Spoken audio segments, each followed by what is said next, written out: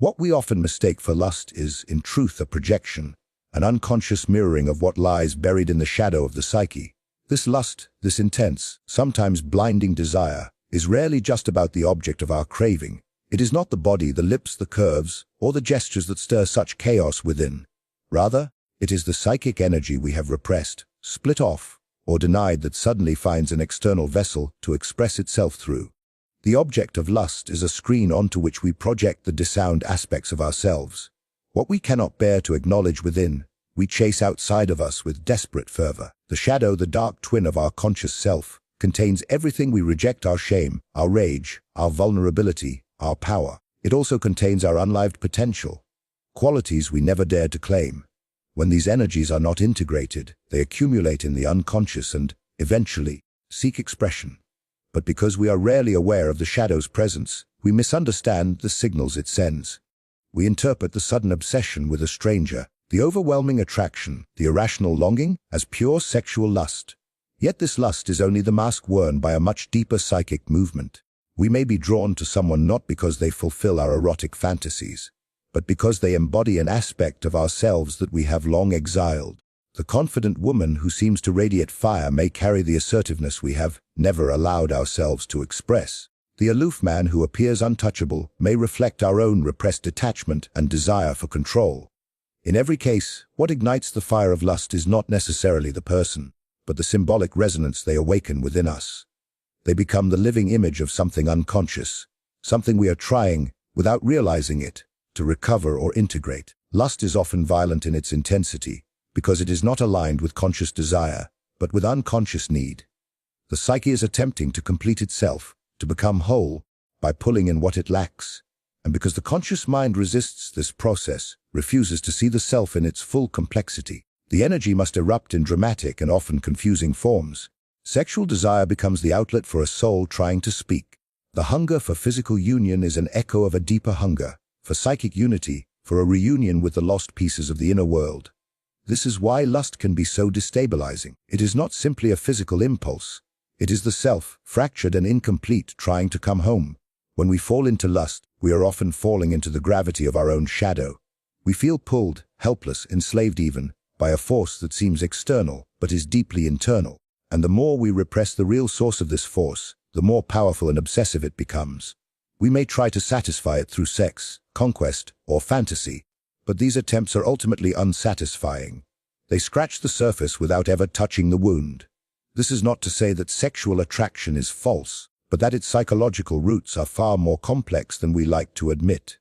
We are not just bodies responding to other bodies. We are symbols searching for meaning. The sexual object often carries archetypal weight. They are not just someone, they are something, an idea, a memory, a mirror, a lost self. The erotic charge comes not from mere flesh, but from the symbolic function that flesh assumes when we are blind to our inner life. To recognize lust as a projection of the shadow is to begin the work of reclaiming what has been lost within. It requires courage to confront what we have exiled, to admit that the longing is not for another, but for the forgotten parts of ourselves. And until this recognition occurs, lust remains unmoored from meaning, a restless, devouring force that leads us in circles, always hungry, always searching, never satisfied. There is a peculiar ache that masquerades as lust, a craving that presents itself as physical hunger, but whose true origin lies much deeper, within the empty chambers of the soul.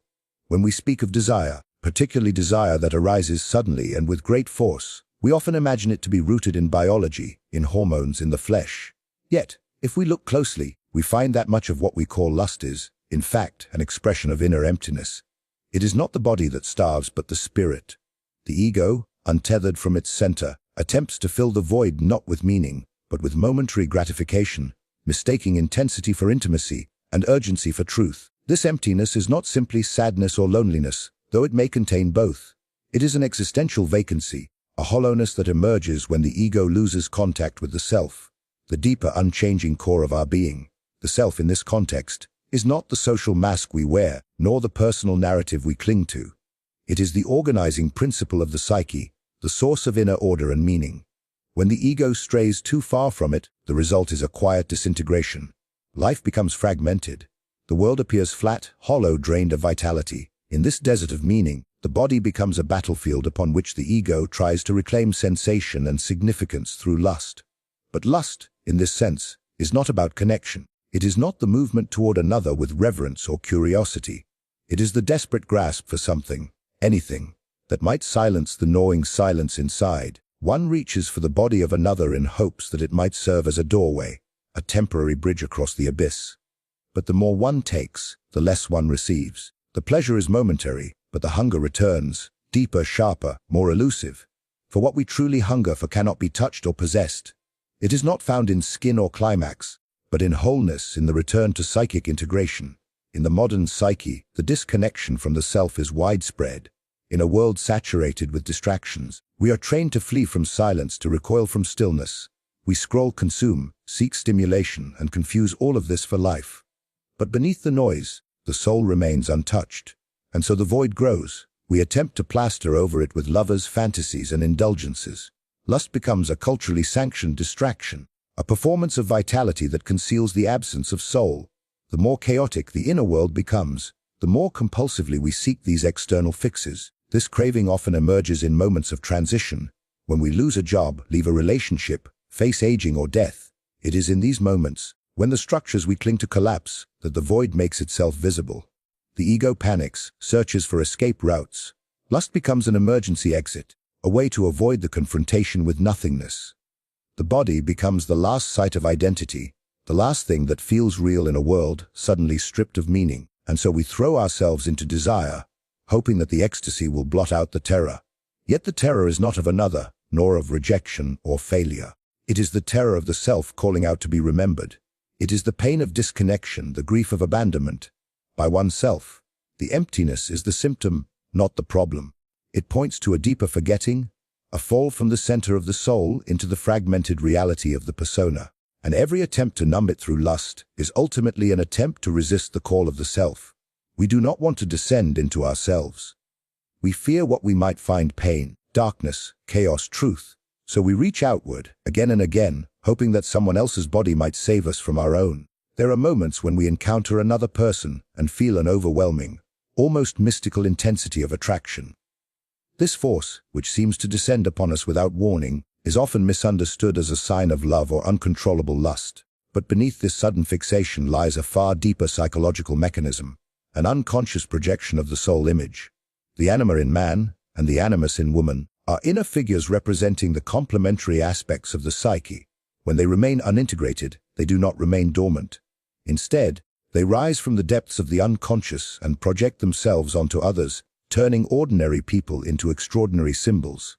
The result is a state of inflation, a psychological possession in which the other becomes more than human. The anima or animus projection imbues them with transcendent meaning, as though they carry our salvation within them. We feel intoxicated, enchanted, even tormented. We dream of them, fantasize, and cannot stop thinking about them. Their presence feels fated, like destiny. But in truth, it is not the actual person we are responding to. It is our own unconscious contents reflected back at us. The other has become a vessel for our unlived psychic life, our inner yearning, our disowned potential. This kind of projection often leads to confusion and obsession because the emotional charge it carries is immense. It feels real, undeniable, and intensely personal, yet it is rooted not in the actual dynamics of the relationship, but in a symbolic mirroring. The inner figure, anima or animus, is charged with energy drawn from the deepest layers of the psyche, and when projected onto another, it turns that person into an archetype. The muse, the ideal lover, the divine counterpart. No real human can bear such weight. The projection inevitably distorts who they are. We see what we need to see, not what truly is.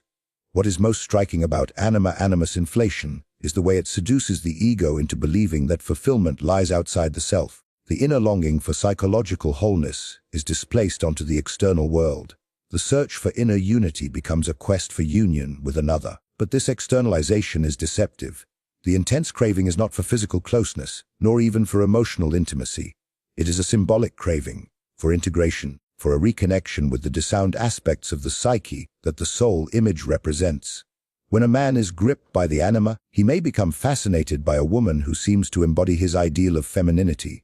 She appears mysterious, radiant, and full of life, but what he sees in her is often a reflection of his own unconscious soul, life, his sensitivity, creativity, vulnerability, and inner chaos. He has not yet claimed these qualities in himself, and so he must seek them elsewhere. When a woman is overtaken by the animus, she may become entranced by a man who seems powerful, intelligent, and visionary. But again, what she sees is the projection of her own unclaimed logos, her thinking function, her sense of purpose and direction. These projections do not bring us closer to others, they entangle us in illusions. The tragedy of anima-animus inflation is that it creates a false bond. We believe we are falling in love with someone else, but we are really encountering ourselves in disguise. The relationship, if it even begins, becomes volatile. The other cannot live up to the ideal, and when the projection breaks, we feel betrayed, disillusioned, or devastated. The very thing that once lit our soul on fire now seems empty or even repellent. We are left with the ashes of a fantasy, but also with the chance to reclaim what was lost inside us. This process is not without value. The projection of the soul image, painful as it may be, serves as a call to inner work. It reveals to us what is missing, what lies dormant, what must be awakened within. If we do not heed this call, we remain trapped in cycles of obsession and disappointment, always seeking fulfillment in others, never finding peace within ourselves. But if we begin to withdraw the projection, to understand that the force we felt came not from them, but from within us, we take the first step toward wholeness. The figure we chase outside is the part of our soul we have forgotten. The true path is not toward possession, but toward inner reconciliation. Eros is often mistaken for lust because both generate intense desire, but their origins and destinies could not be more different. While lust is rooted in the hunger of the body and the anxiety of the ego, Eros is a movement of the soul. It is the psychic force that draws one being toward another not merely for possession or pleasure, but for union. This union is not limited to the physical. It is symbolic, emotional, and spiritual. Eros seeks to bridge the inner split within the individual as much as it seeks to join one person to another. It is the longing not simply to merge with another, but to become whole through that merging. At its highest level, Eros is the energy that pushes the soul toward integration. It is not satisfied with superficial contact. It reaches beyond the surface, always searching for the hidden center, the core truth that binds things together. In the psyche, this manifests as a deep craving for connection that resonates with meaning. One feels not only attracted to another person, but stirred by something sacred. The presence of the beloved evokes a sense of mystery, as if they open a doorway to some hidden world within oneself. It is not they alone who are compelling, but what they awaken. Eros is the fire that reveals the symbolic nature of relationship. However, when inner awareness is lacking, when one is unconscious of the inner world and the forces that move it, Eros is easily misread. The yearning for unity becomes confused with the need to conquer, consume, or escape. Without reflection, the person interprets the call of Eros as a command for physical satisfaction. The deep yearning for meaning is reduced to compulsive craving. The relationship becomes one of need rather than reverence. One no longer seeks to encounter the other as a mirror or a mystery, but as a solution to an inner emptiness they do not yet understand. In this degraded form, Eros loses its guiding function and becomes a trap. The attraction feels fated, urgent, inevitable, but it leads not to growth, only repetition. One becomes addicted to the sensation of falling in love, to the thrill of newness, but avoids the deeper work of being in love, which demands vulnerability, patience, and confrontation with one's own shadow. The bridge that Eros offers, between self and other, between ego and soul, is ignored. The person stands at the edge of that bridge, seduced by its beauty, but refuses to walk across. To fully engage Eros requires a descent into the depths of the self. It requires that the individual ask, why am I drawn to this person?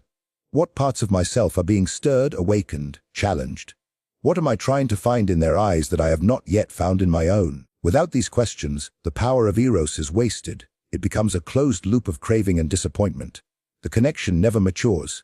It burns brightly, then dies, leaving confusion and regret in its wake. Yet when Eros is honored as a symbolic force, something entirely different occurs. The relationship becomes a path of individuation, a mirror through which one comes to see the full complexity of the self. The beloved ceases to be a fantasy and becomes a teacher, sometimes even a sacred adversary. The tension between self and other is no longer something to be overcome, but something to be explored. The mystery of the other is preserved, not consumed. And through this, one begins to access a deeper kind of union, not a fusion of identities, but a communion between two whole beings. This is the true role of Eros, not merely to arouse but to awaken, not to comfort the ego but to challenge it, not to flatter but to reveal. It is a force that can break one open, but only to lead to greater consciousness. When misunderstood, it leads to chaos. When seen clearly, it becomes the thread that weaves meaning through the labyrinth of human connection. In its true form, Eros is not the enemy of reason, nor a threat to stability. It is the soul's invitation to expand, to reach for what is hidden, to walk the bridge from isolation toward integration, the journey toward individuation, the process of becoming whole, of integrating the disparate elements of the psyche, demands something that modern life is often eager to deny: solitude. In a world saturated with images, stimulation, and the constant invitation to seek validation through others, it is easy to fall into the illusion that connection and seduction are the paths to self-realization. But the truth lies in the opposite direction. One must retreat, not advance. One must turn inward, not outward. The transformation of the self cannot occur while the ego remains entangled in the projections it casts onto the world and other people. False desire is the offspring of these projections. When we do not know ourselves, we unconsciously look for fragments of our lost wholeness in others. The people we chase, the lovers we idealize, the obsessions we mistake for destiny, all are reflections of what we have not yet owned within. We imagine that their love will complete us, that their presence will cure our restlessness, that in merging with them we will be saved from ourselves. But what we are really doing is running from the mirror of our own interior. We use the energy of seduction to avoid the terrifying silence of solitude, the confrontation with the unknown self. Yet it is precisely in this silence that the work of individuation begins. Solitude is not loneliness. It is not isolation. It is the sacred space in which the ego begins to shed its illusions, its roles, and its borrowed identities. Alone, the individual is finally free from the need to perform, to impress, or to belong. The mask begins to crack, and through that crack, the deeper contents of the unconscious begin to emerge. It is an uncomfortable process. The emptiness that one feels in solitude is not a flaw. It is the symptom of a fragmented self. It is the beginning of truth. It must be faced, not fled. In solitude, one begins to observe the self as it truly is, without adornment, without distraction. The thoughts, the fears, the compulsions rise up from the depths, no longer obscured by the noise of interaction. The emotional hunger that once clung to others now reveals its origin, a disconnection from the inner source of meaning. And in seeing this, one begins to reclaim the power that was previously projected onto others.